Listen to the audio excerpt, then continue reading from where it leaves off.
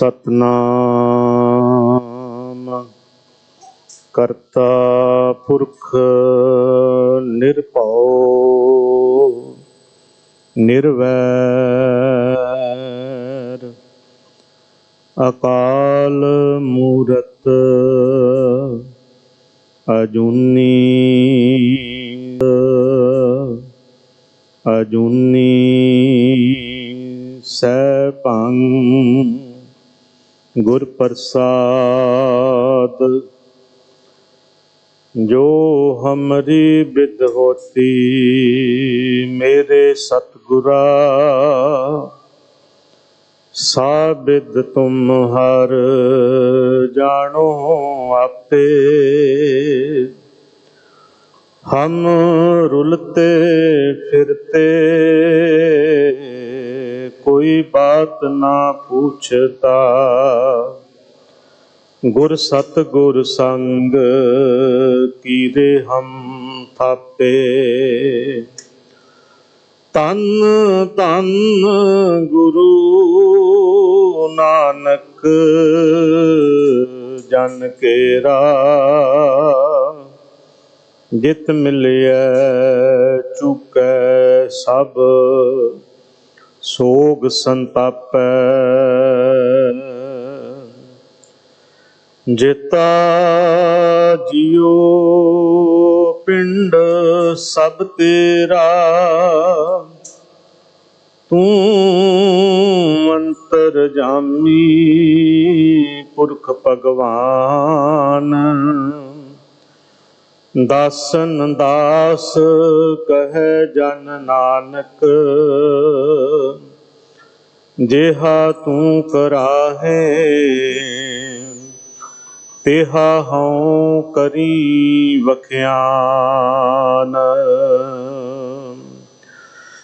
वाहिगुरु जी का खालसा वाहिगुरु जी की फतेह। बाला प्रीतम धन गुरु हरकृष्ण साहिब सच्चे पातशाह जी दे मुबारक पवित्र चरण छरो प्राप्त अस्थान गुरुद्वारा बंगला साहिब विखे चवर छतर तख्त दे मालक वालिए दो जहान नदरे नायत धन धन गुरु ग्रंथ साहिब महाराज जी की पवित्र हजूरी दे विच जुड़ के गुरबाणी दे मनोर शब्द कीर्तन आसा दी वार दे आप जी ने अमृत वेले दे सुंदर दीवाना दे विच सरवण कीते हन। उपरंत लड़ीवार श्री गुरु ग्रंथ साहिब महाराज जी की पावन जो विचार रोजाना आप जी सरवण करते हो, अज दे शब्द नूं सिंह साहिब ज्ञानी रणजीत सिंह जी होरां ने सरवण कराया है और नाल ही कुछ जरूरी गल्लां हदायतां सूचनावां आप जी नूं दित्तियां ने। आओ ये भी बहुत जरूरी है साडे वास्ते। कल गुरु ग्रंथ साहिब महाराज जी का गुरता गद्दी नशीनी पुरब है और ये वो पुरब है जिहड़ा सानू इन्ने वड्डे पद्धर ते मनाउणा चाहिदा है कि लोग देखण पुछण अज की गल है। अज बड़ी चहल पहल है, बड़ा उत्साह है ते दस सकीए कि जिस गुरु नूं असीं रोज नतमस्तक हुंदे हां, जिस गुरु दे चरनां च नमस्कार करके सिख दा रोज़ का जिहड़ा दिन है दिनचर्या है वो आरंभ होंदी है, अज उस गुरु का गुरता गद्दी नशीनी पुरब है। और जिस दे अंदर बाणी उपदेश सतगुरां ने रागबद्ध करके उच्चारण किया है, लिखिया है। सिंह साहिब जी ने दिल्ली सिख गुरुद्वारा प्रबंधक कमेटी वालों जो उद्यम किया गया है, ये बहुत जरूरी सी, क्योंकि जदों असी अज इस बाणी नूं पढ़न गाउण दा अपने मनमत्ती ढंग दे नाल जो प्रचार देख रहे हाँ, फैलाओ देख रहे हाँ, उस वल देख करके बड़ा दुख हुंदा है कि वाकई ही जिहड़ी ये गल कईयां नूं गुस्सा लगा होएगा कि भाई साहब जी ने, सिंह साहब जी ने कहा कि किहड़े सवेरे ही मिर्जे गाउण लग पैंदे ने। सच है ये, इहदे विच कोई दूजी राय नहीं, कोई झूठ नहीं है। असी सारे ही सुनते वेखते हाँ, जानते हाँ, हाज़रियां भरते हाँ। ਇਹਦਾ कारण यह है कि असी उन्हां लोकां दी श्रेणी विच आ गए जिन्हां ने ये समझ लिया लोक जाने ये गीत है, जिन्हां ने ये नहीं जानिया ये तो ब्रह्म विचार, ये तो ब्रह्म विचार है। इस ब्रह्म विचार नूं सहज दे विच लैना है, ये नहीं कि हुलारे चढ़ जाइए पता ही ना चले। वो जिहड़ी गल सहज बिलोवो जैसे तत ना जाई, तत दूर रह जावे, मेरे ख्याल दे नाल अपनी विचार है कि ये जिहड़े बहुते हुलारियां वाले ने, जे इन्हां नूं पुछ लो ना कि ये जिहड़ी पंक्ति गायन की जा रही है, इहदा मतलब की है, इहदा भाव अर्थ की है, तो शायद वो दस ना सकन। ये विडंबना है। इनू केवल गाउना ही नहीं है, इस ब्रह्म विचार नूं हिरदे दे विच वसाउणा है, इनू जिंदगी दा आधार बनाउणा है। ये पैटर्न है, जीवन जीउण दा एक ढंग है, एक तरीका है। जिस तरीके ते जिस जुगत जिही दुनिया दे अंदर कोई होर जुगती नहीं है जीवन सफल करने वास्ते। नानक सतगुर भेटिया पूरी होवे जुगत, हसंदियां खिलंदियां पैनंदियां खवंदियां विचे होवे मुक्त। ये ओ जुगती है जिहड़ी असी समझण वास्ते गाउणी है, जिसनूं एक तरीके दे नाल, एक बैलेंस दे नाल गुरु साहिब जी ने रागां दे विच उचारण कीता है। तो उहदे वास्ते ये उद्यम किया गया है। बहुत सुंदर उद्यम है, तुसी सारे ही इहदे विच सहयोगी होवो, क्योंकि साडा कौमी फर्ज है ये अपने गुरु की गल जिवें गुरु ने सानू कही एज इट इज इवें ही असी संसार दे अगे रखनी है। उन्होंने रागां दे विच पा के इस पदार्थ नूं थाल विच तिन वस्तु पईओ सत संतोख विचारो, अमृत नाम ठाकुर का पायो जिसका सब उधारो। ये सारियां दा आधार ते उधार करने वाली है, कल्याण करने वाली है। इसका मंतव ये है मनुखी कल्याणता, मानवी कल्याणता, ते प्राणी मात्र मनुख मात्र तक ये पहुँच सके। इनू उन्हां सतगुरां ने, उन्हां महान शख्सियतां ने जिवें उचारिया है उवें उचारीए। जदों कि असी हर एक विषय दे विच कोई विद्यार्थी नूं अध्यापक पढ़ाउंदा है, सिखाउंदा है, बच्चे स्टूडेंट उवें सीखते हैं, उवें पढ़ते हैं, उवें अगे चलते हैं। पर एक साडी एक ये किड्डी वड्डी गलत फहमी है कि जिवें गुरु ने सानू कहा असीं वो छड्ड के अपनी राह चला लए, अपनियां मन मर्जियां दे नाल ही गाउण लग पे, करन लग पे। सो आओ गुरु दे दस्से मार्ग दे धारनी बणीए। जिन्नी देर तक जो गुर दस्से वाट मुरीदां जोलीए, गुरु दे दसी वाट मार्ग दे उपर नहीं चलते, साडा उधार नहीं हो सकता, कल्याण नहीं हो सकती। अज जो श्लोक 2 अते पौड़ी आप जी ने सरवण की है, ये गौड़ी राग दे अंदर उचारण की वार दे विच सतगुरु गुरु अर्जन देव महाराज जी ने बख्शिश किए हैं। श्लोक 321 गुरु ग्रंथ साहिब जी के ਪਾਵਨ ਅੰਗ ਦੇ ਉੱਪਰ ਸੁਭਾਏਮਾਨ ਹੈ। 15ਵੀਂ ਪੌੜੀ ਤੇ ਸ਼ਲੋਕ ਨੇ। ਕੀ ਮਹਾਰਾਜ ਨੇ ਸਿੱਖਿਆ ਉਪਦੇਸ਼ ਦਿੱਤਾ ਹੈ ਇਹਦੇ ਵਿੱਚ, ਆਓ ਬੜੇ ਪ੍ਰੇਮ ਦੇ ਨਾਲ ਵਿਚਾਰ ਕੇ ਇਹਨਾਂ ਅਨਮੋਲਕ ਉਪਦੇਸ਼ਾਂ ਨੂੰ ਆਪਣੇ ਹਿਰਦੇ ਦੇ ਵਿੱਚ ਵਿਚਾਰ ਕੇ ਵਸਾਈਏ, ਤਾਂ ਕਿ ਗੁਰੂ ਸਾਹਿਬ ਜੀ ਦੀ ਕਿਰਪਾ ਸਾਡੇ ਤੇ ਹੋ ਸਕੇ, ਸਾਡਾ ਜੀਵਨ ਸਫਲ ਹੋ ਸਕੇ। ਵਿਚਾਰਾਂ ਦੇ ਨਾਲ ਸਾਂਝ ਪਾਉਂਦੇ ਹੋਏ ਕਰੋ ਰਸਨਾ ਪਵਿੱਤਰ, ਆਖੋ ਸਤਨਾਮ ਵਾਹਿਗੁਰੂ। ਫਿਰ ਆਖੋ ਸਤਨਾਮ ਵਾਹਿਗੁਰੂ। ਸ਼ਲੋਕ ਮਹਿਲਾ ਪੰਜਵਾਂ। ਵਤ ਲੱਗੀ ਸੱਚੇ ਨਾਮ ਕੀ, ਜੋ ਬੀਜੇ ਸੋ ਖਾਏ। ਤਿਸ ਹੈ ਪ੍ਰਾਪਤ ਨਾਨਕਾ, ਜਿਸਨੂੰ ਲਿਖਿਆ ਆਏ।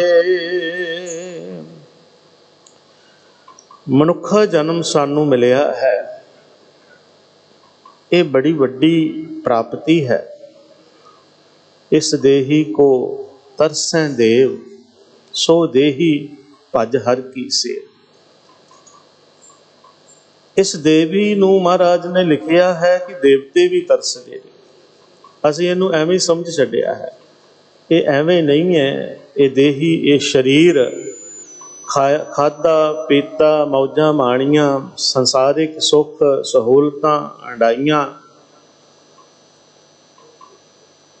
ਤੇ ਆਪਣਾ ਜੀਵਨ ਭੋਗ ਕੇ ਸੰਸਾਰ ਤੋਂ ਚਲੇ ਗਏ। ਇਸ ਜੀਵਨ ਦਾ ਕੋਈ ਮਕਸਦ ਹੈ, ਏਮ ਹੈ। ਤੁਸੀਂ ਰੋਜ਼ ਰਹਿਰਾਸ ਸਾਹਿਬ ਸੋਦਰ ਦੀ ਬਾਣੀ ਦੇ ਵਿੱਚ ਇਹ ਪੜ੍ਹਦੇ ਹੋ, ਭਈ ਪ੍ਰਾਪਤ ਮਾਨੁਖ ਦੇਵਰੀਆ, ਗੋਬਿੰਦ ਮਿਲਣ ਕੀ ਇਹ ਤੇਰੀ ਬਰੀਆ। ਇਹ ਗੋਬਿੰਦ ਨੂੰ ਮਿਲਣ ਦੀ ਵਾਰੀ ਹੈ, ਪਰਮਾਤਮਾ ਨੂੰ ਮਿਲਣ ਦਾ ਸਮਾਂ ਹੈ। ਇਸ ਵਾਸਤੇ ਇਹ ਦੇਵਰੀ, ਇਹ ਸਰੀਰ ਜਿਹੜਾ ਹੈ ਮਿਲਿਆ ਹੈ। ਤੇ ਨਾਲ ਕਹਿਤਾ ਮਹਾਰਾਜ ਨੇ, ਅਵਰ ਕਾਜ ਤੇਰੇ ਕਿਤੇ ਨਾ ਕਾਮ, ਮਿਲ ਸਾਧ ਸੰਗਤ ਭਜ ਕੇਵਲ ਨਾਮ। ਹੋਰ ਜਿੰਨੇ ਵੀ ਤੂੰ ਨਾਮ ਨੂੰ ਛੱਡ ਕੇ, ਵਾਹਿਗੁਰੂ ਦੀ ਯਾਦ ਨੂੰ ਛੱਡ ਕੇ ਕਰਮ ਕਰਦਾ ਹੈ, ਉਹ ਕਰਮ ਕਾਂਡ, ਉਹ ਕਰਮ ਜਿਹੜੇ ਨੇ ਉਹ ਤੇਰੇ ਕਿਸੇ ਕੰਮ ਨਹੀਂ। ਤੂੰ ਇਹਨਾਂ ਕਰਮਾਂ ਨੂੰ ਛੱਡ, ਕਿਉਂਕਿ ਹਰ ਕੀਰਤ ਸਾਧ ਸੰਗਤ ਹੈ, ਸਿਰ ਕਰਮਨ ਕੇ ਕਰਮਾ। ਹਰੀ ਦੀ ਕੀਰਤੀ ਹੀ ਸਿਰ ਕਰਮਨ ਕੇ ਕਰਮਾ ਹੈ, ਸਾਰਿਆਂ ਕਰਮਾਂ ਦੇ ਨਾਲੋਂ ਸ੍ਰੇਸ਼ਟ ਹੈ। ਹੁਣ ਇਹਨਾਂ ਕਰਮਾਂ ਦਾ ਜਿਹੜਾ ਸੰਸਾਰੀ ਦੁਨਿਆਵੀ ਜਾਂ ਅਨਮਤਾਂ ਦੇ ਵਿੱਚ ਲੋਕ ਕਰਦੇ ਨੇ, ਬਾਣੀ ਦੇ ਵਿੱਚ ਵੀ ਸੁਚੇਤ ਕੀਤਾ ਗਿਆ ਹੈ। ਮਹਾਰਾਜ ਨੇ ਸਾਨੂੰ ਸਮਝਾਇਆ ਹੈ ਉਹ ਕਿਹੜੇ ਕਿਹੜੇ ਕਰਮ ਨੇ। ਗੁਰੂ ਅਰਜਨ ਦੇਵ ਮਹਾਰਾਜ ਜੀ ਦੇ ਬਚਨ ਪੜ੍ਹਦੇ ਆ, ਪਾਠ ਪੜ੍ਹਿਓ ਔਰ ਵੇਦ ਵਿਚਾਰਿਓ, ਨਿਵਲ ਭਯੰਗਮ ਸਾਧੇ, ਪੰਚ ਜਨਾ ਸਿਓ ਸੰਗ ਨਾ ਛੁਟਕਿਓ, ਅਧਿਕ ਅਹੰ ਬੁੱਧ ਬਾਧੇ, ਪਿਆਰੇ ਇਨ ਬਿਦ ਮਿਲਣ ਨਾ ਜਾਈ, ਮੈਂ ਕੀਏ ਕਰਮ ਅਨੇਕਾ। ਕਹਿੰਦੇ ਨੇ ਮਹਾਰਾਜ ਕਿ ਇਹ ਜਿੰਨੇ ਵੀ ਕਰਮ ਨੇ, ਤੀਰਥਾਂ ਦੇ ਰਟਨ ਨੇ, ਕੋਈ ਨੰਗੇ ਪੈਰੀ ਫਿਰ ਰਿਹਾ ਹੈ, ਕੋਈ ਭੁੱਖੇ ਰਹਿ ਕਰਕੇ ਸੋਚਦਾ ਹੈ ਕਿ ਮੈਨੂੰ ਸ਼ਾਇਦ ਰੱਬ ਮਿਲ ਜਾਵੇ, ਪਰਮਾਤਮਾ ਮਿਲ ਜਾਵੇ।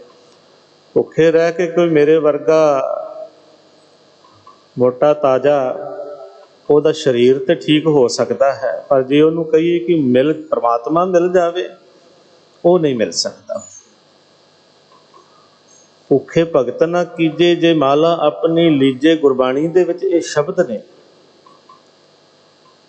ਹੋਰ ਵੀ ਬਹੁਤ ਸਾਰੇ ਐਸੇ ਕਰਮ ਨੇ, ਤੇ ਪਾਤਸ਼ਾਹ ਜੀ ਨੇ ਇੱਕ ਪੰਕਤੀ ਦੇ ਵਿੱਚ ਹੀ ਉਹਨਾਂ ਦਾ ਨਿਬੇੜਾ ਕਰਕੇ ਕਹਿ ਦਿੱਤਾ ਕਿ ਤੂੰ ਇਹਨਾਂ ਕਰਮਾਂ ਨੂੰ ਛੱਡ ਕੇ ਜਿਹੜਾ ਕਰਮ ਕਰਨ ਵਾਲਾ ਹੈ, ਹਰ ਕੀਰਤ ਸਾਧ ਸੰਗਤ ਹੈ, ਸਿਰ ਕਰਮਨ ਕੇ ਕਰਮਾ, ਉਹ ਕਰ।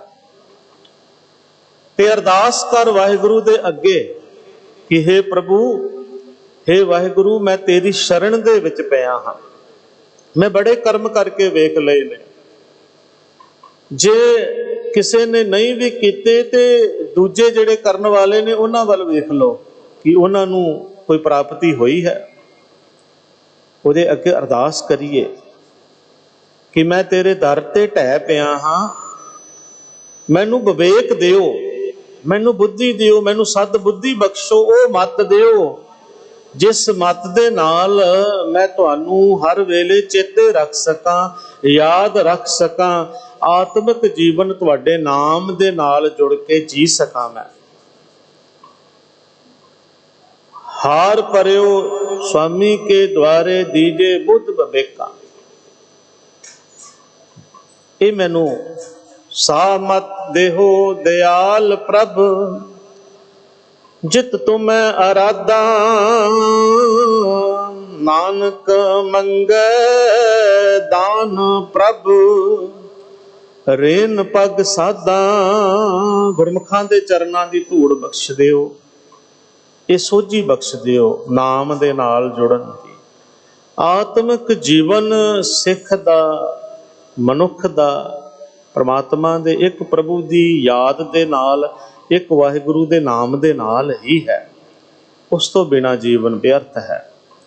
इस करके महाराज ने कहा तू इहदी सफलता वास्ते नाम दे नाल जुड़, अपने जीवन नू सफल करन वास्ते, मनुखा जीवन नू सफल करन वास्ते मिल साध संगत भज केवल नाम। देखो शब्द लिखिया केवल नाम, कुछ होर भी लिख सकते सी भी संगत विच आ करके आ कर्म करया कर, उन्होंने कहा केवल नाम। नानक कह घर केवल नाम, केवल एक रब्बी नाम नू ही मानता है गुरु दे घर दे विच, उस तो इलावा होर कोई नहीं है। इस वास्ते मनुखा जन्म तां ही सफल है जे असी गुरु दे दसे होए मार्ग ते चलीए, नाम दे नाल जुड़िए। हुण इस श्लोक दे विच गुरु महाराज जी ने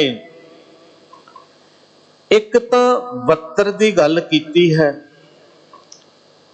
इनू एक फसल दे नाल, जिवें किसान फसल बीजदा है अपनी जमीन दे विच, कदों बीजदा है जदों ढुकवां समा हुंदा है। वत शब्द जिहड़ा जां वत्तर शब्द जिहड़ा है, ये ढुकवें समय नूं योग समय नूं कहंदे ने, योग समा। हुण जीवन दे विच योग समा किहड़ा, संसार दे विच योग समा किहड़ा है, किहड़ी जून है, ਉਹਦੇ बारे महाराज कहते ने वत लगी सच्चे नाम की। सच्चे नाम नू बीजण दी घड़ी है, सच्चे नाम नू बीजण दा समा मिल गया है, परमात्मा ने बख्शिया है, बत्तर बख्शिया है। वत ये योग समा है। किहड़ा योग समा है?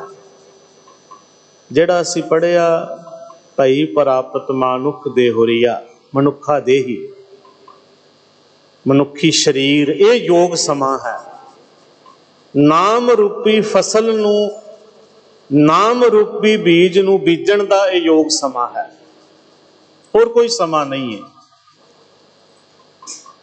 किसे जून दे विच नहीं बीज सकते तुसीं। कोई पशु होए, कबीर साहब महाराज जी दे शब्द ने,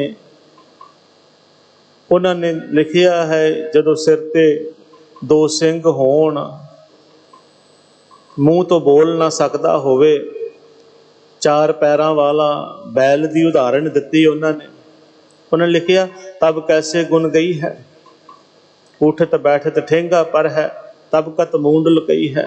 जदों उठदियां बैठदियां मालिक ने आण करके गोडा मार के ठाउणा है, आराम भी नहीं करन देना,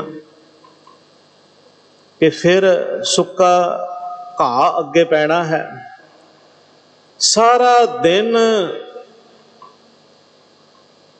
खेतां दे विच काम करदियां, चरगाहां दे विच चरदियां फिर भी पेट नहीं भरना।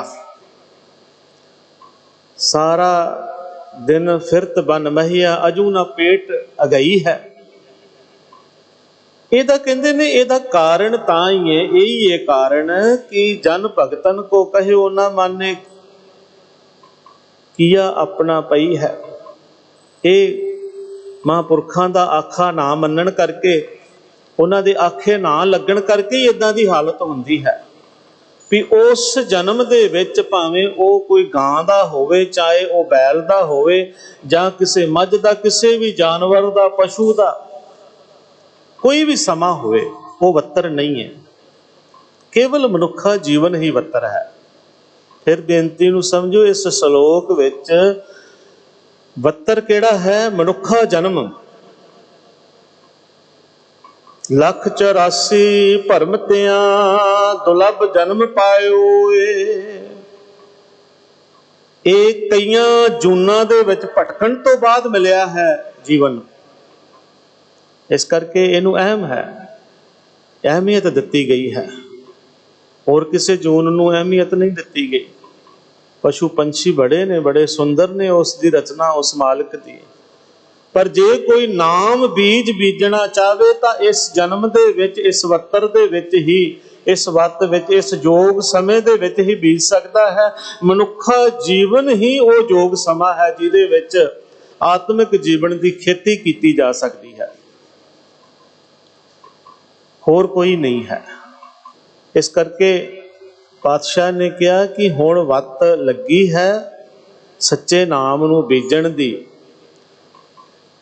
ਅਬ ਕੱਲੂ ਆਇਓ ਰੇ ਇੱਕ ਨਾਮ ਬੋਵੋ ਬੋਵੋ, ਅਨ ਰੁੱਤ ਨਾਹੀ ਨਾਹੀ ਮਤ ਭਰਮ ਭੁੱਲੋ।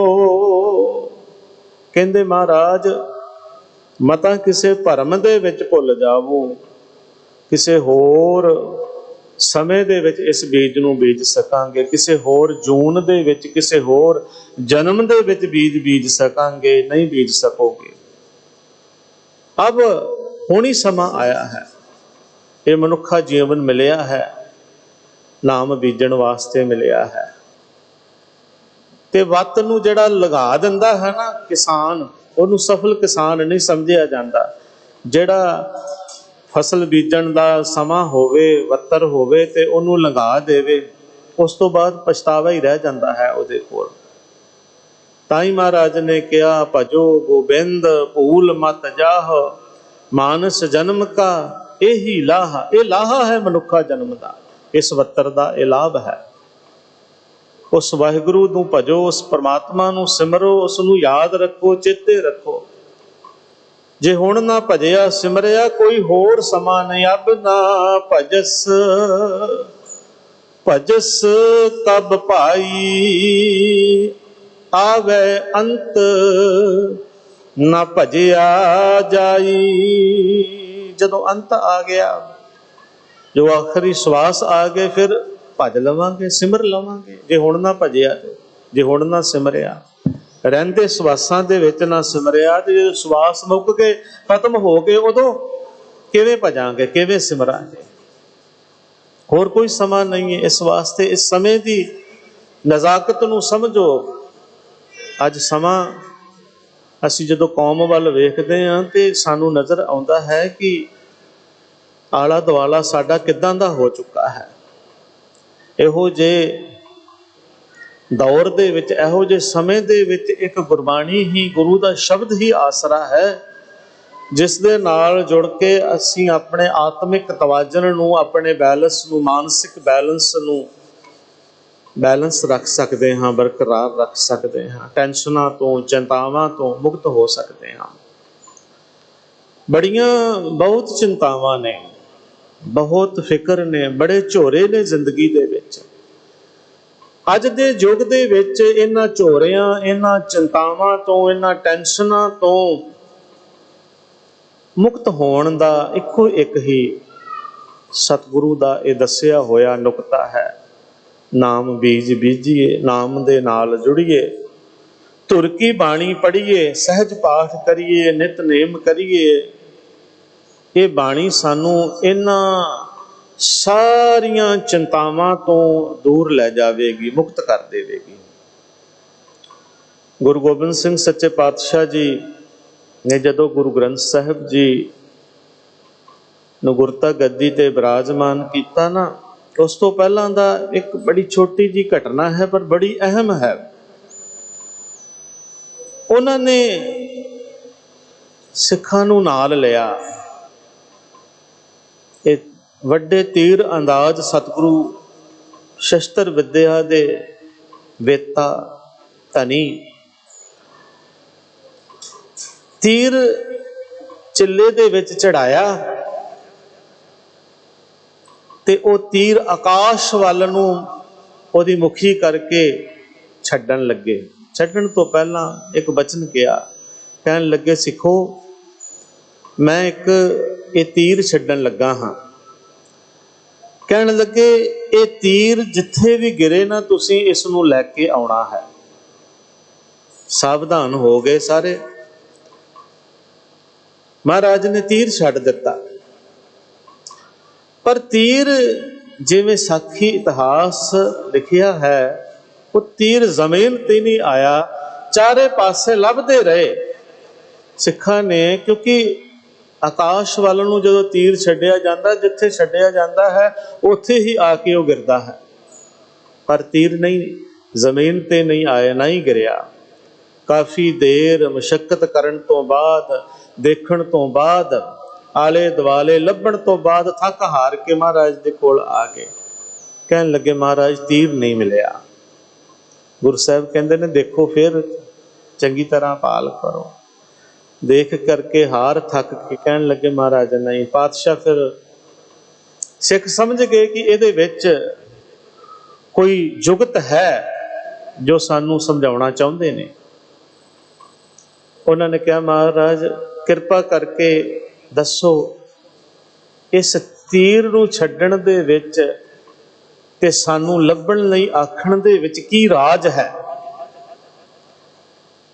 ਮਹਾਰਾਜ ਨੇ ਆਖਿਆ ਭਾਈ ਸਿੱਖੋ ਇਹ ਤੀਰ ਤੁਸੀਂ ਲੱਭਦੇ ਵੀ ਤੇ ਨਹੀਂ ਸੀ ਲੱਭਣਾ, ਕਿਉਂਕਿ ਮੈਂ ਤੀਰ ਦੇ ਨਾਲ ਹੁਮਾਂ ਦਾ ਪੰਖ ਜਿਹੜਾ ਹੈ ਉਹ ਇੱਕ ਹੁਮਾ ਪੰਛੀ ਹੈ, ਉਹਦਾ ਖੰਭ ਜੋੜਿਆ ਸੀ, ਜੋ ਕਿਹਾ ਜਾਂਦਾ ਹੈ ਕਿ ਇਹ ਆਕਾਸ਼ ਦੇ ਵਿੱਚ ਹੀ ਰਹਿੰਦਾ ਹੈ। ਹੁਮਾ ਜ਼ਮੀਨ ਤੇ ਨਹੀਂ ਆਉਂਦਾ। ਇਹਦੇ ਨਾਲ ਉਹਨਾਂ ਨੇ ਇੱਕ ਬਹੁਤ ਵੱਡੀ ਗੱਲ ਸਮਝਾਈ। ਕਹਿਣ ਲੱਗੇ ਤੁਹਾਡੀ ਸੁਰਤ ਜਿਹੜੀ ਹੈ ਇਹ ਤੀਰ ਹੈ, ਤੇ ਇਸ ਸੁਰਤ ਦੇ ਨਾਲ ਸ਼ਬਦ ਨੂੰ ਹੁਮਾ ਦਾ ਪੰਖ ਜਿਹੜਾ ਹੈ ਬੰਨ੍ਹ ਦਿੱਤਾ ਹੈ। ਸ਼ਬਦ ਬਾਣੀ ਸਿੱਖਿਆ ਉਪਦੇਸ਼, ਇਸ ਬਾਣੀ ਦੇ ਨਾਲ, ਇਸ ਸ਼ਬਦ ਦੇ ਨਾਲ ਜਿਹੜਾ ਵੀ ਤੀਰ ਜੁੜ ਜਾਂਦਾ ਹੈ, ਜਿਹਦੀ ਵੀ ਸੁਰਤ ਜੁੜ ਜਾਂਦੀ ਹੈ, ਇਹ ਬਾਣੀ ਰੂਪੀ ਹੁਮਾ ਪੰਖ ਆਪਣੇ ਦੇਸ਼ ਵਿੱਚ ਲੈ ਜਾਂਦੀ ਹੈ। ਆਤਮਿਕ ਮੰਡਲਾਂ ਦੇ ਵਿੱਚ, ਆਤਮਿਕ ਉਚਾਈਆਂ ਦੇ ਵਿੱਚ ਉਸ ਸੁਰਤ ਨੂੰ ਲੈ ਜਾਂਦੀ ਹੈ। ਬਾਣੀ ਦੇ ਨਾਲ ਜੋੜ ਦਿੱਤਾ ਹੈ ਤੁਹਾਨੂੰ ਮੈਂ। ਇਹਦੇ ਨਾਲ ਜੁੜੇ ਰਹਿਣਾ, ਸ਼ਬਦ ਦੇ ਨਾਲ ਜੁੜੇ ਰਹਿਣਾ। ਸ਼ਬਦ ਤੋਂ ਬਿਨਾਂ ਕੋਈ ਹੋਰ ਆਸਰਾ ਪਰਨਾ ਨਾ ਤੱਕਣਾ। ਤੁਰ ਕੀ ਬਾਣੀ ਆਈ ਤਿਨ ਸਗਲੀ ਚਿੰਤ ਮਿਟਾਈ। ਇਹ ਸਾਰੀਆਂ ਚਿੰਤਾਵਾਂ ਨੂੰ ਮਿਟਾਉਣ ਵਾਲੀ ਹੈ।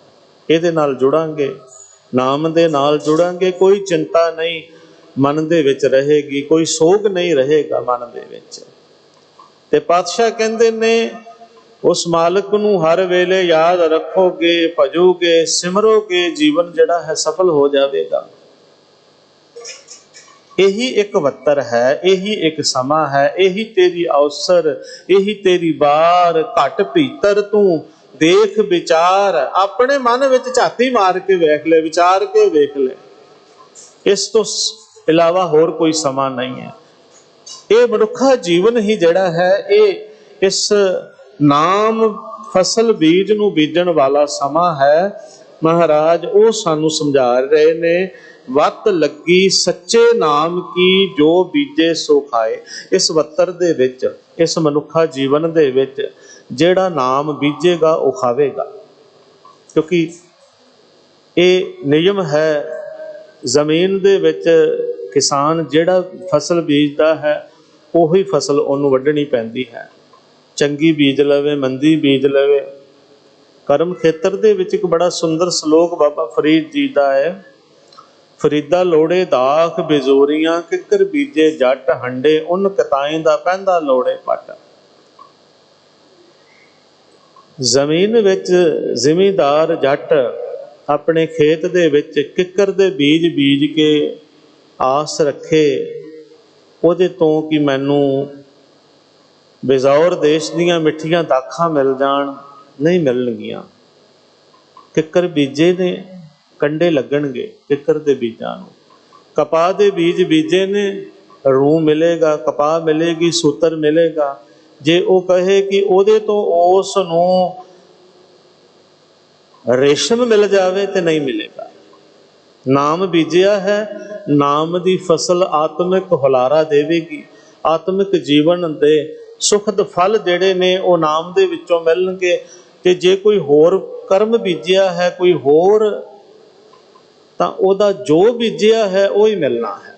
ਜਿਹਾ ਬੀਜੇ ਸੋ ਲੁਣੇ, ਕਰਮਾ ਸੰਦੜਾ ਖੇਤ। ਇਹਦਾ ਨਿਯਮ ਹੈ, ਇਹ ਕਰਮ ਦਾ ਨਿਯਮ ਹੈ। ਇਸ ਕਰਕੇ ਮਹਾਰਾਜ ਨੇ ਕਿਹਾ ਹੈ ਕਿ ਮਨੁੱਖਾ ਜੀਵਨ ਬੱਤਰ ਹੈ, ਇਹਦੇ ਵਿੱਚ ਜੋ ਬੀਜੇ ਸੋ ਖਾਏ। ਜੋ ਵੀ ਨਾਮ ਨੂੰ ਬੀਜੇਗਾ ਉਹ ਨਾਮ ਦੀ ਖੇਤੀ ਨੂੰ ਖਾਵੇ। ਨਾਮ ਨੂੰ ਬੀਜਣ ਵਾਸਤੇ ਕਿਹਾ ਹੈ ਕਿ ਨਾਮ ਹੀ ਬੀਜੋ। ਜਿਹੜਾ ਬੀਜੇਗਾ, ਜੋ ਬੀਜੇ ਸੋ ਖਾਏ, ਉਹ ਖਾਵੇਗਾ। ਤਿਸੇ ਪ੍ਰਾਪਤ ਨਾਨਕਾ, ਜਿਸ ਨੂੰ ਲਿਖਿਆ ਆਏ। ਜਿਹਦੇ ਭਾਗਾਂ ਦੇ ਵਿੱਚ ਪਾਤਸ਼ਾਹ ਕਹਿੰਦੇ ਨੇ ਲਿਖਿਆ ਹੋਵੇਗਾ, ਉਹਨੂੰ ਇਹ ਪ੍ਰਾਪਤ ਹੋ ਜਾਵੇਗਾ। ਪਰ ਇਹਨੂੰ ਐਵੇਂ ਹੀ ਨਾ ਛੱਡ ਦਿਓ। ਕਈ ਵਾਰ ਅਸੀਂ ਜਿਹੜੀ ਗੱਲ ਨਾ ਕਰਨੀ ਹੋਵੇ ਨਾ, ਉਹਨੂੰ ਭਾਗਾਂ ਦੇ ਉੱਪਰ ਛੱਡ ਦਿੰਦੇ ਜੀ, ਭਾਗਾਂ 'ਚ ਹੀ ਹੈ ਨਹੀਂ ਜੀ। ਜੇ ਕਿਸੇ ਨੂੰ ਕਹੀਏ ਨਾ ਵੀ ਗੁਰਦੁਆਰੇ ਤੁਸੀਂ ਜਾਂਦੇ ਹੋ ਜਾਂ ਨਹੀਂ ਜਾਂਦੇ ਹੋ, ਉਹ ਜੀ ਸਾਡੇ ਭਾਗਾਂ 'ਚ ਕਿੱਥੇ ਹੈ, ਨਿਤਨੇਮ ਕਰਦੇ ਹੋ? ਨਾ ਜੀ, ਭਾਗਾਂ 'ਚ ਨਹੀਂ ਇਹ ਗੱਲ ਹੈ। ਸਹਿਜ ਪਾਠ ਕਰਦੇ ਹੋ, ਸਾਡੀ ਕਿਸਮਤ 'ਚ ਕਿੱਥੇ ਹੈ? ਇੱਦਾਂ ਦੀਆਂ ਗੱਲਾਂ ਜਿਹੜੀ ਢੈਂਦੀ ਕਲਾ ਵਾਲੀਆਂ ਅਕਸਰ ਅਸੀਂ ਸੁਣਦੇ ਹਾਂ। ਜਿਹੜੀ ਗੱਲ ਨਾ ਕਰਨੀ ਹੋਵੇ ਉਹਨੂੰ ਕਿਸਮਤ ਭਾਗਾਂ ਦੇ ਖਾਤੇ ਦੇ ਵਿੱਚ ਪਾ ਦਿੰਦੇ ਹਾਂ। ਪਰ ਇੱਕ ਗੱਲ ਯਾਦ ਰੱਖੋ, ਜਿਹੜੀ ਪਹਿਲੀ ਪੰਕਤੀ ਏ ਉਹਦੇ ਵਿੱਚ ਲਿਖਿਆ ਹੈ ਨਾਮ ਬੀਜ ਬੀਜੋ। ਬੀਜਣਾ ਹੀ ਬੀਜਣਾ ਹੈ। ਤੋ ਨਾਮ ਜਪਣਾ, ਬੀਜ ਬੀਜਣਾ ਹੈ, ਫਲ ਲਾਉਣਾ ਇਹ ਮਾਲਕ ਦੀ ਮਰਜ਼ੀ ਹੈ। ਕਿਸਾਨ ਦਾ ਕਰਮ ਹੈ, ਧਰਮ ਹੈ, ਆਪਣੀ ਜ਼ਮੀਨ ਦੇ ਵਿੱਚ ਬੀਜ ਬੀਜੇ ਤੇ ਉਸ ਨੂੰ ਫਲ ਲਾਉਣਾ ਇਹ ਪਰਮਾਤਮਾ ਦੇ ਹੱਥ ਵੱਸ ਔਰ ਅਵਸ਼ ਲਾਏਗਾ, ਕਿਉਂਕਿ ਇਹ ਵੀ ਉਹਦਾ ਨਿਯਮ ਹੈ। ਜਿਹੜਾ ਬੀਜ ਬੀਜੇਗਾ ਭਾਗਾਂ ਦੇ ਨਾਲ ਉਹਦੇ ਜੀਵਨ ਦੇ ਵਿੱਚ ਉਹਨੂੰ ਜ਼ਰੂਰ ਫਲ ਮਿਲੇਗਾ। ਤਾਂ ਇਹਦਾ ਮਤਲਬ ਇਹ ਹੈ ਕਿ ਤਿਸੇ ਪ੍ਰਾਪਤ ਨਾਨਕਾ, ਜਿਸ ਨੂੰ ਲਿਖਿਆ ਆਏ, ਉਹਨੂੰ ਪ੍ਰਾਪਤ ਹੋ ਜਾਵੇਗਾ ਜਿਹਦੇ ਭਾਗਾਂ ਦੇ ਵਿੱਚ ਲਿਖਿਆ ਹੋਵੇਗਾ। ਪਰ ਲਿਖਿਆ ਉਹਦੇ ਹੋਵੇਗਾ ਜਿਹੜਾ ਬੀਜ ਬੀਜੇਗਾ, ਉਹਦਾ ਲਿਖਿਆ ਜਾਵੇਗਾ। ਜਿਹੜਾ ਬੀਜ ਬੀਜ ਦੇਵੇਗਾ, ਸਹਿਜ ਪਾਠ ਸ਼ੁਰੂ ਕਰ ਦੇਵੇਗਾ, ਲਿਖਿਆ ਜਾਵੇਗਾ। ਕਰ ਕਰ ਕਰਨਾ ਲਿਖ ਲਹਿ ਜਾਹੋ, ਇਹ ਨਿਯਮ ਹੈ। ਮਹਿਲਾ ਪੰਜਵਾਂ। ਮੰਗਣਾ ਤਾਂ ਸੱਚ ਇੱਕ, ਜਿਸ ਤੁਸ ਦੇਵੈ ਆਪ। ਜਿਤ ਖਾਧੈ ਮਨ ਤ੍ਰਿਪਤੀਐ, ਨਾਨਕ ਸਾਹਿਬ ਦਾਤ। ਮੰਗਣਾ ਤਾਂ ਸੱਚ ਇੱਕ। ਕਹਿੰਦੇ ਜੇ ਮੰਗਣਾ ਹੈ ਨਾ, ਤੇ ਮੰਗਣ ਵਾਲੀ ਇੱਕ ਸੱਚਾ ਪ੍ਰਭੂ ਹੀ ਹੈ, ਇੱਕ ਸੱਚਾ ਨਾਮ ਹੀ ਹੈ ਮੰਗਣ ਵਾਲੀ ਚੀਜ਼। ਜੇ ਮੰਗਿਆ ਜਾਵੇ, ਜੇ ਮੰਗਣਾ ਹੋਵੇ ਤਾਂ ਫਿਰ ਇਸ ਨਾਲੋਂ ਵੱਧ ਕੇ ਕੋਈ ਹੋਰ ਬੇਸ਼ਕੀਮਤੀ ਵਸਤ ਨਹੀਂ ਹੈ ਮੰਗਣ ਵਾਲੀ। ਮੰਗਣਾ ਮੰਗਣ ਨੀਕਾ, ਹਰ ਜਸ ਗੁਰ ਤੇ ਮੰਗਣਾ। ਇਹ ਵੱਖਰੀ ਗੱਲ ਹੈ ਕਿ ਸਾਡੇ ਸਤਿਗੁਰਾਂ ਨੇ, ਸਾਡੇ ਪੁਰਖਿਆਂ ਨੇ ਸਾਨੂੰ ਜਿੱਥੇ ਇੱਕ ਪ੍ਰਭੂ ਦੇ ਨਾਮ ਦੇ ਨਾਲ ਜੋੜਿਆ ਹੈ, ਉੱਥੇ ਦੁਨਿਆਵੀ ਤੌਰ ਤੇ ਸਾਡਾ ਮਨ ਖਿੰਡਤ ਰਹਿੰਦਾ ਹੈ। ਧਨ ਪਦਾਰਥ ਵਸਤੂਆਂ ਦੀ ਲਾਲਸਾ, ਲਾਲਚ ਬਣਿਆ ਰਹਿੰਦਾ ਹੈ, ਜਿਹਦੀ ਪ੍ਰਾਪਤੀ ਵਾਸਤੇ ਅਸੀਂ ਇੱਧਰ ਉੱਧਰ ਝਾਕਦੇ ਹਾਂ। जिवें सानू कोई कहंदा है उवें कदी किते सुखण लग पैंदे आ, कदी किसी बंदे दे मगर लग पैंदे आ, किसी साईं दे, किसी फकीर दे। ਜਿਹੜੇ ਬੰਦੇ ਅਖਵਾਉਣ ਦੇ ਯੋਗ ਨਹੀਂ ਹੈ ਉਹਨਾਂ ਨੂੰ ਅਸੀਂ ਰੱਬ ਬਣਾ ਕੇ ਬਿਠਾ ਦਿੰਦੇ ਨੇ। ਸੁਲਫਿਆਂ ਤੇ ਹੋਰ ਨਸ਼ਿਆਂ ਦੇ ਵਿੱਚ ਗਲਤ ਹੈ। ਗੁਰੂ ਨੇ ਕਹਿ ਦਿੱਤਾ, ਮਾਨੁਖ ਕੀ ਟੇਕ ਬ੍ਰਿਥੀ ਸਭ ਜਾਨ, ਦੇਵਨ ਕੋ ਏਕੇ ਭਗਵਾਨ। ਇਸ ਕਰਕੇ ਕਹਿਣ ਲੱਗੇ ਜੇ ਕੁਝ ਮੰਗਣਾ, ਜੇ ਕੁਝ ਲੈਣਾ ਤੇ ਮੰਗਣਾ ਵੀ ਦਾਤੇ ਦੇ ਕੋਲੋਂ, ਭਿਖਾਰੀਆਂ ਦੇ ਕੋਲੋਂ, ਮੰਗਤਿਆਂ ਦੇ ਕੋਲੋਂ ਕੀ ਮੰਗਣਾ ਹੋਇਆ। ਜਿਹੜੇ ਆਪ ਮੰਗਣ ਵਾਲੇ ਨੇ ਦੱਸੋ ਉਹਨਾਂ ਦੇ ਕੋਲੋਂ ਹੀ ਮੰਗਣ ਤੁਰ ਪਈਏ। ਇੱਕ ਗੱਲ ਬੜੀ ਸਪਸ਼ਟ ਹੈ, ਗੁਰੂ ਤੇਗ ਬਹਾਦਰ ਪਾਤਸ਼ਾਹ ਕਹਿੰਦੇ ਨੇ, ਜਗਤ ਭਿਖਾਰੀ ਫਿਰਤ ਹੈ ਸਭ ਕੋ ਦਾਤਾ ਰਾਮ। ਸਾਰਾ ਸੰਸਾਰ, ਸਾਰਾ ਜਗਤ ਭਿਖਾਰੀ ਹੈ, ਮੰਗਤਾ ਹੈ। देण वाला केवल एक ही दाता है। देण वाला दाता केवल एक है, दद्दा दाता एक है, सबको देवनहार। आखो सारे, दद्दा दाता एक है, दद्दा दाता एक है, एक दाता है। ते फिर जदों असीं थां थां ते सुखना सुखदे हां, मंगता मंगदे हां, उदों नहीं चेते रहिंदा भी दाता तां एक ही है। इधर किधर लगे फिरदे आ, तुरे फिरदे आ। गुरु नूं छड्ड के, गुरु दी सिੱਖਿਆ नूं छड्ड करके, एक मालक नूं छड्ड के असीं किदे अगे हथ अड्ड रहे हैं, किदे अगे झोली अड्ड रहे हैं, जिहड़े खुद मंगते ने। सबको दाता राम, सारियां नूं देण वाला एक प्रभु, एक मालक ही है, सबना दा दाता। सबना जियां का एक दाता, सो मैं विसर ना जाए। यही गुरु अगे अरदास करन दी सानू जात दसी ना महाराज गुरु नानक साहब सच्चे पातशाह जी ने, कि जो सारे जीवां दा, ये नहीं मेरा ही कला है, जां कोई कवे हिंदुआं दा दाता, जां कोई मुसलमानां दा दाता, जां कोई के ईसाइयां दा दाता, बौद्धियां दा दाता वखरा, इन्हां दा दाता वखरा ते उन्हां नूं देण वाला वखरा है। सबना जियां जिन्ने भी जी ने, सारे जीवां दा मालिक ने कहता इक्को ही दाता है, इक्को ही देण वाला है, उहदे कोलों मंगीए। अगे चल करके फिर ये भी कह दिता भी जे हुण मंगण दी गल आई है तो फिर ये भी सुन लो भी मंगना की है। एवें फालतू दीयां चीज़ां नहीं मंगणियां, एवें दीयां चीज़ां नहीं मंगणियां, नाशवंत चीज़ां नहीं मंगणियां, बिनसन वालियां चीज़ां नहीं मंगणियां।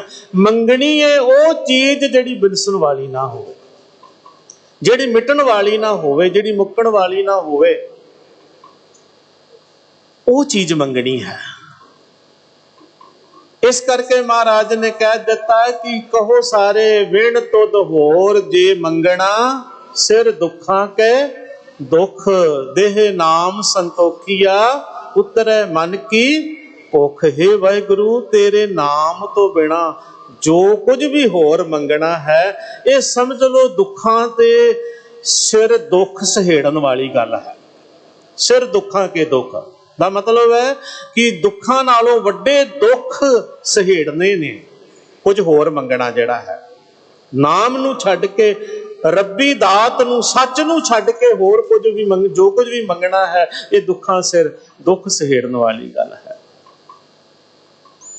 गुरु कोलों मंगना है, मंगना मंगन निका, हर जस गुर ते मंगना। मंगना तां सच एक, एक नूं मंग, एक प्रभु, एक नाम दी दात मंग। अरदास कर विसर नाहीं दातार, विसर नाहीं दातार।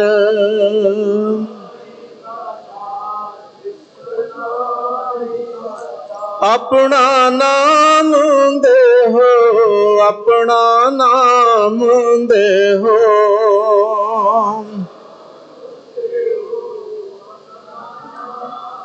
गुण गावा दिन रात, गुण गावा दिन रात।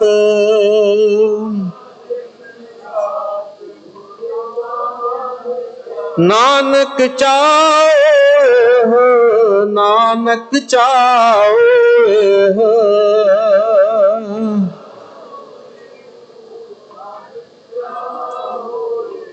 ਇਹ ਮੰਗ ਗੁਰੂ ਦੇ ਕੋਲੋਂ ਇਹ ਸ੍ਰੇਸ਼ਟ ਮੰਗ ਹੈ। ਮਹਾਰਾਜ ਕਹਿੰਦੇ ਨੇ ਇਹ ਉਹਨੂੰ ਮਿਲਦੀ ਹੈ ਜਿਸ ਤੁਸ ਦੇਵੈ ਆਪ। ਤੁਸ ਦਾ ਮਤਲਬ ਹੈ ਖੁਸ਼ ਹੋ ਕੇ, ਪ੍ਰਸੰਨ ਹੋ ਕੇ। ਜਿਹੜਾ ਜਾਚਨਾ ਕਰਦਾ ਹੈ, ਜਿਹੜਾ ਅਰਦਾਸ ਕਰਦਾ ਹੈ, ਨਾਮ ਦੇ ਲਈ ਝੋਲੀ ਅੱਡਦਾ ਹੈ ਗੁਰੂ ਦੇ ਅੱਗੇ, ਦੀਜੇ ਬੁੱਧ ਵਿਵੇਕਾਂ, ਉਹਨੂੰ ਪ੍ਰਸੰਨ ਹੋ ਕੇ, ਖੁਸ਼ ਹੋ ਕੇ ਮਾਲਕ ਇਹ ਨਾਮ ਦੀ ਦਾਤ ਦਿੰਦਾ ਹੈ। ਇਹ ਦੇਣ ਵਾਲਾ ਉਹ ਆਪੇ ਹੀ ਹੈ। ਜਿਤ ਖਾਧੇ ਮਨ ਤ੍ਰਿਪਤੀਏ, ਨਾਨਕ ਸਾਹਿਬ ਦਾਤ। ਪਾਤਸ਼ਾਹ ਕਹਿੰਦੇ ਨੇ ਜਿਸ ਨੂੰ ਖਾ ਕੇ ਮਨ ਮਾਇਆ ਦੀ ਤ੍ਰਿਸ਼ਨਾ ਦੇ ਵੱਲੋਂ ਰੱਜ ਜਾਂਦਾ ਹੈ। ਭੁੱਖਿਆਂ ਭੁੱਖ ਨਾ ਉਤਰੀ, ਜੇ ਬੰਨਾ ਪੁਰੀਆਂ ਭਾਰ, ਸਹਿ ਸਿਆਣਪਾ ਲੱਖ ਹੋਏ, ਤਾਂ ਇੱਕ ਨਾ ਚੱਲੇ ਨਾਲ। ਜਿੰਨਾ ਮਰਜ਼ੀ ਇਕੱਠੇ ਕਰ ਲਈਏ ਪਦਾਰਥ, ਧਨ, ਦੌਲਤ, ਬੰਦਾ ਰੱਜਦਾ ਨਹੀਂ, ਕਦੇ ਵੀ ਤ੍ਰਿਪਤ ਨਹੀਂ ਹੁੰਦਾ।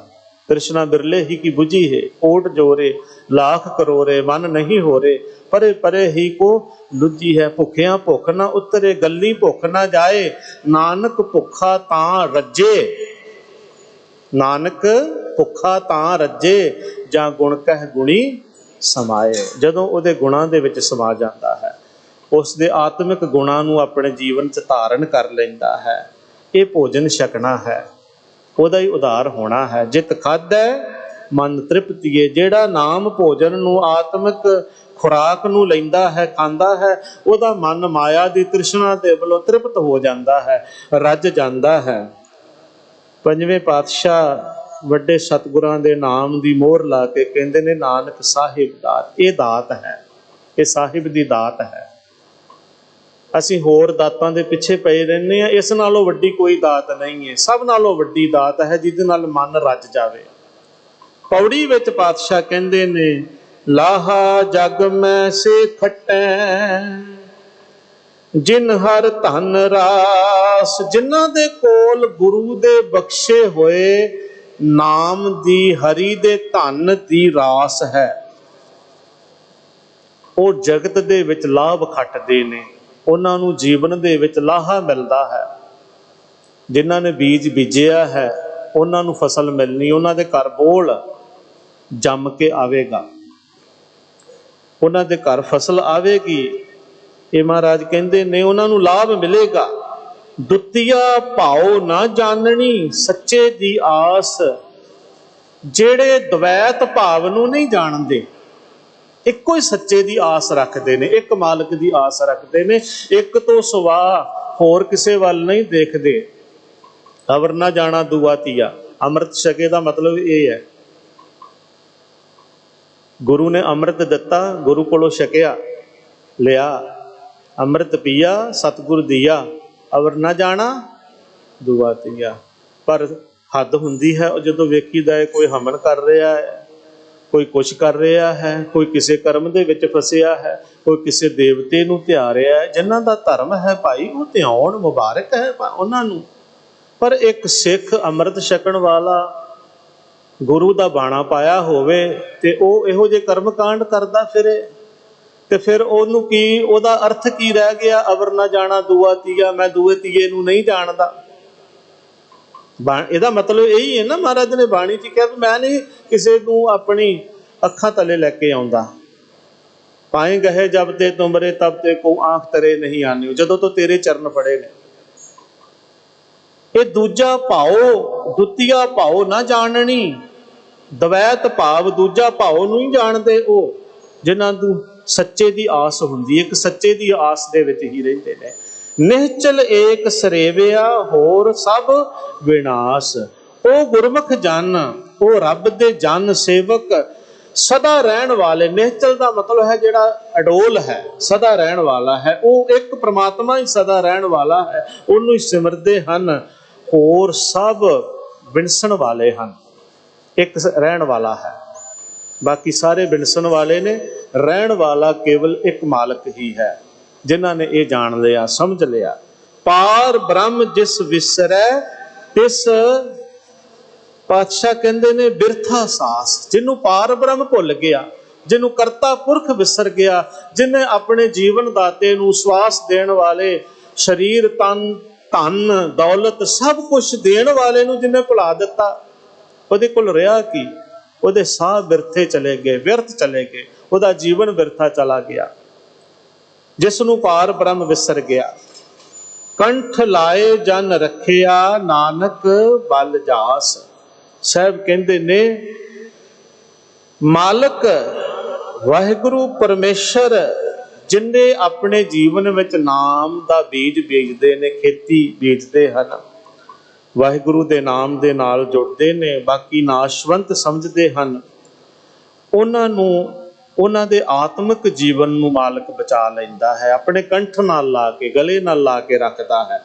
ਕੰਠ ਲਾਏ ਜਨ ਰੱਖਿਆ, ਉਹਨਾਂ ਜਨਾਂ ਨੂੰ ਵਾਹਿਗੁਰੂ ਆਪਣੇ ਗਲ ਨਾਲ ਲਾ ਕੇ ਰੱਖਦਾ ਹੈ। ਪਾਤਸ਼ਾਹ ਕਹਿੰਦੇ ਨੇ ਨਾਨਕ ਬਲ ਜਾਸ, ਦਾਸ ਨਾਨਕ ਸਦਕੇ ਜਾਂਦਾ ਹੈ ਉਹਨਾਂ ਤੋਂ ਤੇ ਐਸੇ ਮਾਲਕ ਤੋਂ ਜਿਹੜਾ ਗਲ ਨਾਲ ਲਾਉਣ ਵਾਲਾ ਹੈ। ਸੋ ਸਾਹਿਬ ਕਿਰਪਾ ਕਰਨ, ਸਾਡੇ ਸਿਰ ਤੇ ਮਿਹਰ ਭਰਿਆ ਹੱਥ ਰੱਖਣ, ਗੁਰੂ ਦੇ ਸ਼ਬਦ ਬਾਣੀ ਨੂੰ ਜਾਣੀਏ, ਸਮਝੀਏ। ਅੱਜ 2 ਨਵੰਬਰ ਹੈ, ਇੱਕ ਬੜਾ ਵੱਡਾ ਦੁਖਾਂਤ ਹੈ ਕੌਮ ਦੀ ਨਸਲ ਕੁਸ਼ੀ ਜਿਨ੍ਹਾਂ ਨੇ ਕੀਤੀ ਨਵੰਬਰ 1984 ਦੇ ਵਿੱਚ, ਗਲਾਂ ਦੇ ਵਿੱਚ ਟਾਇਰ ਪਾ ਪਾ ਕੇ, ਕੋਹ ਕਰਕੇ ਜਿੱਥੇ ਕਿਤੇ ਸਨ ਉਹਨਾਂ ਨੂੰ ਸ਼ਹੀਦ ਕੀਤਾ ਗਿਆ। ਬੱਚਿਆਂ, ਬਜ਼ੁਰਗਾਂ, ਧੀਆਂ ਭੈਣਾਂ ਦੀ ਬੇਪਤੀ ਕੀਤੀ ਗਈ। ਉਹਨਾਂ ਦੀ ਯਾਦ ਦੇ ਵਿੱਚ ਪਰਸੋਂ ਰੋਜ਼ ਤੋਂ ਦਿੱਲੀ ਸਿੱਖ ਗੁਰਦੁਆਰਾ ਪ੍ਰਬੰਧਕ ਕਮੇਟੀ ਵੱਲੋਂ ਸ੍ਰੀ ਅਖੰਡ ਪਾਠ ਸਾਹਿਬ ਆਰੰਭ ਹੋਏ ਸਨ। 9:30 ਵਜੇ ਭੋਗ ਪੈਣੇ ਨੇ। ਉਪਰੰਤ ਪੰਥਕ ਸ਼ਖਸੀਅਤਾਂ ਨੇ ਸ਼ਹੀਦਾਂ ਨੂੰ ਸ਼ਰਧਾਂਜਲੀ, ਸ਼ਰਧਾ ਦੇ ਫੁੱਲ ਅਰਪਿਤ ਕਰਨੇ ਹਨ। ਆਪ ਜੀ ਨੇ ਜ਼ਰੂਰ ਹਾਜ਼ਰੀਆਂ ਭਰਨੀਆਂ। ਸਤਿਗੁਰੂ ਕਿਰਪਾ ਕਰਨ, ਇਹੋ ਜਿਹੇ ਲੋਕਾਂ ਨੂੰ ਸਮੱਤ ਬਖਸ਼ਿਸ਼ ਕਰਨ ਜਿਹੜੇ ਅਮਨ ਸ਼ਾਂਤੀ ਤੇ ਭਾਈਚਾਰੇ ਨੂੰ ਖਤਮ ਕਰਨ ਤੇ ਤੁਲੇ ਹੋਏ ਹਨ। ਨਫ਼ਰਤ ਫੈਲਾਉਣ ਵਾਲਿਆਂ ਨੂੰ ਅਕਲ ਆਵੇ। ਗੁਰੂ ਮਹਾਰਾਜ ਕਿਰਪਾ ਕਰਨ। ਭੁੱਲਾਂ ਦੀ ਖਿਮਾ ਵਿਚਾਰਾਂ ਕਰਦਿਆਂ ਹੋਈਆਂ ਅਨੇਕ ਭੁੱਲਾਂ ਬਖਸ਼ ਲੈਣੀਆਂ ਸਤਿਗੁਰੂ ਬਖਸ਼ਿੰਦ ਹਨ। ਫਤਿਹ ਦੀ ਸਾਂਝ ਕਰੀਏ। ਗੱਜ ਕੇ ਬੁਲਾਓ ਜੀ। ਵਾਹਿਗੁਰੂ ਜੀ ਕਾ ਖਾਲਸਾ, ਵਾਹਿਗੁਰੂ ਜੀ ਕੀ ਫਤਿਹ।